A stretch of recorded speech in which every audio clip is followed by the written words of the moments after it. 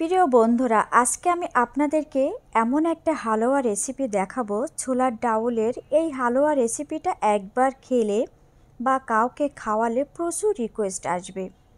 পুর ভরা হালুয়াটা মুখে দিলে একদম মাখনের মতো লাগবে। খুবই মজার, অনেক টেস্টি। সামনে আসছে শবে বরাত বা ঈদের দিনেও আপনারা এভাবে তৈরি করে অতিথি আপ্যায়নে সারপ্রাইজ করতে পারেন। সম্পূর্ণ ইউনিক একটা রেসিপি। একটা মিক্সিং বল নিয়েছি, খোসা ছড়ানো ছোলার ডাউল নিয়েছি 1 কাপ। পানি দিয়ে দিচ্ছি পর্যাপ্ত পরিমাণে। ঢাকনা দিয়ে ঢেকে 4 থেকে 5 ঘন্টা রেখে দিব। ফিরে এসেছি 4-5 ঘন্টা পরে। ডাউলটা ফুলে একদম ডাবল হয়ে গিয়েছে। এখন পরিষ্কার পানি দিয়ে 3 থেকে 4 বার খুব ভালোভাবে ধুয়ে নিব। চুলার উপরে আগে থেকে একটা প্যান বসিয়ে পানি দিয়ে বলক উঠিয়ে নিয়েছি। ধুয়ে রাখা ছোলার ডাউলটা এখানে ঢেলে দিয়েছি। ঢাকনা দিয়ে ঢেকে জাল করব 5-7 মিনিট। ফিরে এসেছি 5-7 মিনিট পরে। ডাউলটা আমার গলে গিয়েছে। এখন নামিয়ে পানি ঝরিয়ে একটু ঠান্ডা করে নেব। একটা মিক্সিং বলে নারকেল নিয়েছি 1 কাপ, আর নিয়েছি কনডেন্স মিল্ক, পাউডার মিল্ক নিয়েছি 1 টেবিল চামচ। এই কনডেন্স মিল্কটা আমার বাসায় তৈরি করা, খুব সহজেই খুব কম উপকরণে তৈরি করা যায়। রেসিপিটা আমার চ্যানেলে আছে, আপনারা দেখে নেবেন। দোকান থেকে আর বেশি দাম দিয়ে কিনে খেতে হবে না, খুব সহজেই এই কনডেন্স মিল্কটা ঘরে তৈরি করা যায়। এখন একটা কাঁটা চামচ বা যে কোনো চামচের সাহায্যে মিশিয়ে ভালোভাবে পুরটা রেডি করে নিতে হবে। পুরটা রেডি হয়ে গিয়েছে, এক সাইডে রেখে দিয়েছি। এখন একটা ব্লেন্ড জার নিয়েছি। সিদ্ধ করে রাখা ছোলার ডাউলটা এখানে ঢেলে দিচ্ছি।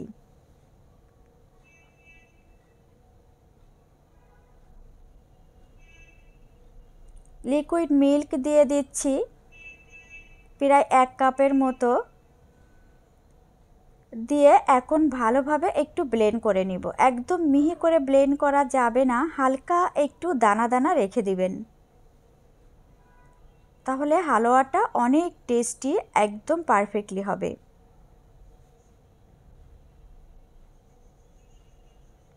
ব্লেন্ড করা আমার হয়ে গিয়েছে। ভিতরের কনসিস্টেন্সিটা কেমন হয়েছে আপনাদেরকে একটু দেখিয়ে দিচ্ছি।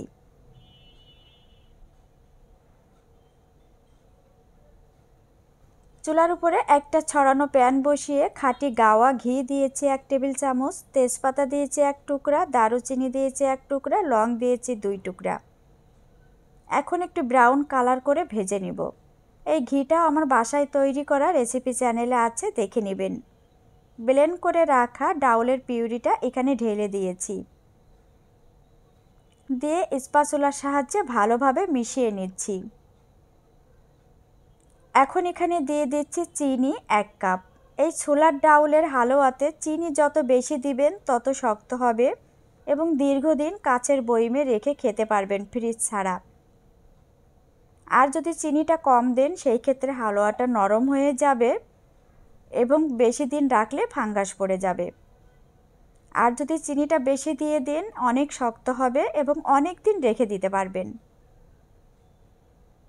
চুলার জালটা মিডিয়াম হিটে রেখে অনবরত নাড়াচাড়া করে একদম শক্ত একটা ডো তৈরি করে নিতে হবে।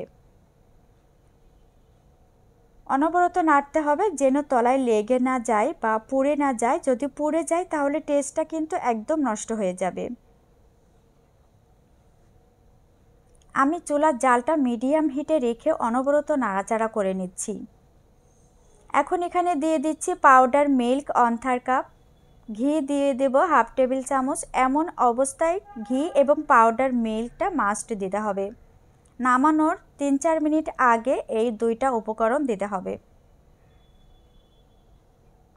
দিয়ে খুব ভালোভাবে মিশিয়ে একটা শক্ত ডো আমি এখানে তৈরি করে নিচ্ছি। যত ডোটা শক্ত করবেন হালুয়াটা তত শক্ত হবে এবং দীর্ঘদিন ভালো থাকবে, খেতেও অনেক টেস্টি হবে।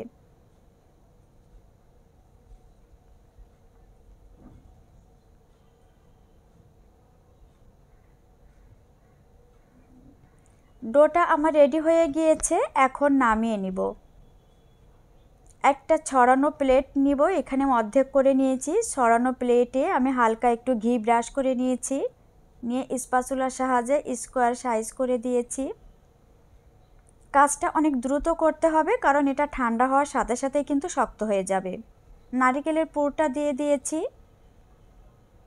বাকি অর্ধেক অংশটা স্প্যাচুলার সাহায্যে এভাবে একটু শেপ দিয়ে নিচ্ছি, কারণ এখন পর্যাপ্ত পরিমাণে গরম আছে, যার কারণে এইটা এভাবে করে নেবেন, তাহলে হাতে আর গরম লাগবে না।